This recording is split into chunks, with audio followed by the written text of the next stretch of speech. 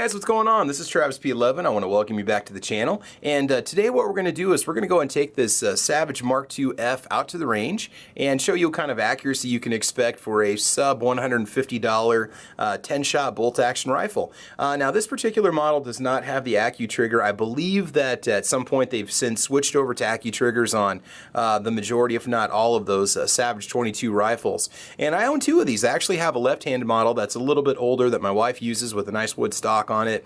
And on this one, I did put some optics up on the top. We've just got a center point scope. I'll try to get you guys the specifics on the scope when we actually get out to the range. This one does have the field sights up on the front.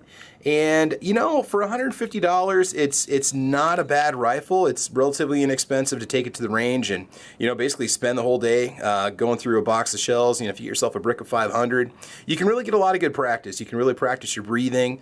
You can really practice just your hold and so on. So, again, it's always a nice investment to have yourself a decent 22 bolt action rifle in the collection. You know, not to mention for small game hunting, these are a joy to shoot too. And, you know, for the money, you're really not invested that much into it. We'll be taking Federal Target Grade Performance 40 grain ammo out with us, as well as Remington 22 Thunderbolt 40 grain ammo, just to see, as kind of a head-to-head comparison, which gun is going to shoot the most accurate. Now, I got to tell you guys, this gun does shoot better than me, right? It can be a tack driver if you want it to be, if you take your time, you really watch your, your finger placement on the trigger, you try not to pull, you pace yourself when you're shooting. I think we're going to be looking at some relatively small groups. Now again, I've only taken this one to the range a few times, and I was able to shoot, honestly, probably about a 2-inch group, which is nothing spectacular, but again, it was windy conditions. I was still getting used to the scope and the gun, so we're going to see if we can beat a 2-inch group if that's possible, right, at 100 yards. I'd like to take it out further, but unfortunately the road that I have to take to go beyond 100 yards of my range is closed. It's too muddy, it's all torn up, it got snowed on, ice, rain, and they want to let that dry before they let anybody else drive out onto it. So, and again, that range I belong to does go out to 1,000 yards. I'd like to maybe do a long distance test with this particular rifle just to see how far we can really reach out and actually hit something. I'd have to look up the ballistics and see what kind of drop we're dealing with, look at the wind speed and so on, and just see what this thing can actually do. So again, one of the reasons why I purchased this rifle was the cost. Okay, first of all, it was, I believe, $135, $140 at my local Walmart.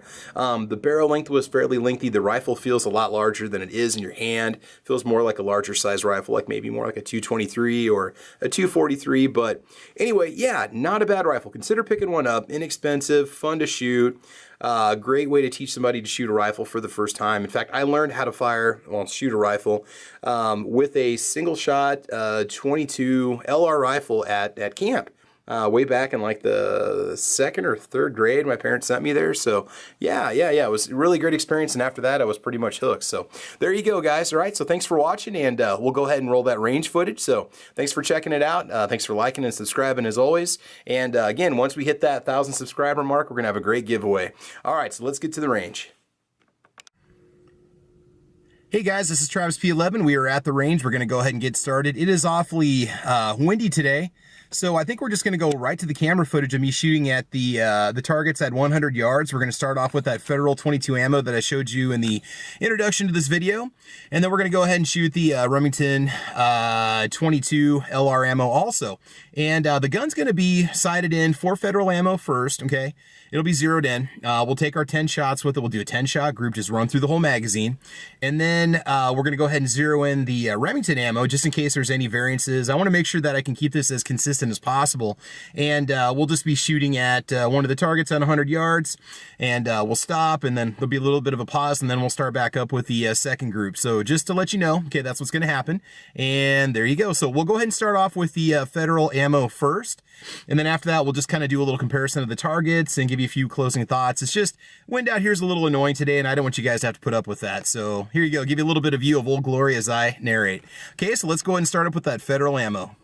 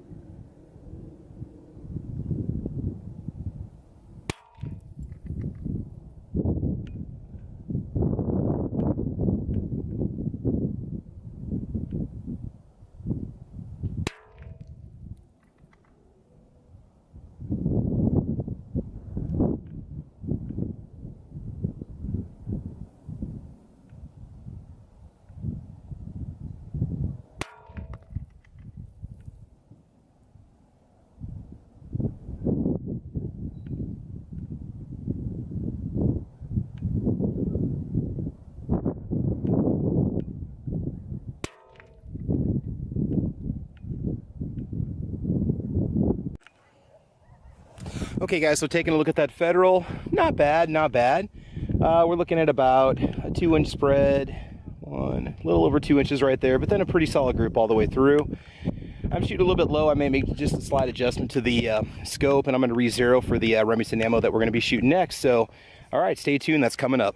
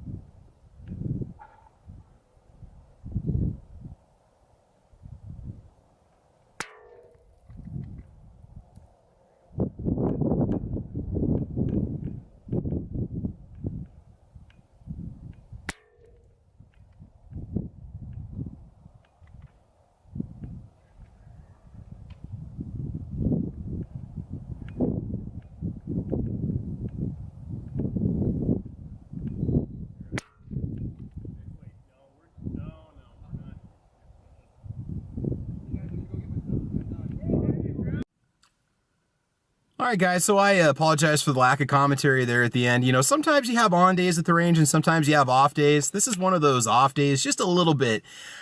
Groups were like 2.5 inches, and I don't know, maybe it's just me, maybe it was the wind. Trying to get that scope dialed in was a little bit of a challenge today too. I mean, I'm happy with the 2-inch group on 100 yards. I mean, I can live with that, maybe 2.5 inches. I'd say the Federal and Remington pretty much both performed pretty much spot on. There wasn't a whole lot of difference between them. So again, just box stock with some inexpensive optics on the top. It would be a great squirrel gun, maybe a rabbit gun for you. Definitely consider one of those Savage Mark II F. So there you have it, guys. That was today's range test, and I want to thank you guys for joining. I want to thank you guys for watching. Please like or subscribe. Again, check me out on Twitter and Instagram and also on gunchannels.com. It's a great place to be, the Ordinary Average Guy Gun channel. And there you go. So again, we'll be bringing you that field strip and cleaning video shortly on the Savage Mark II F. But thanks for tuning in, guys, and we will see you next time.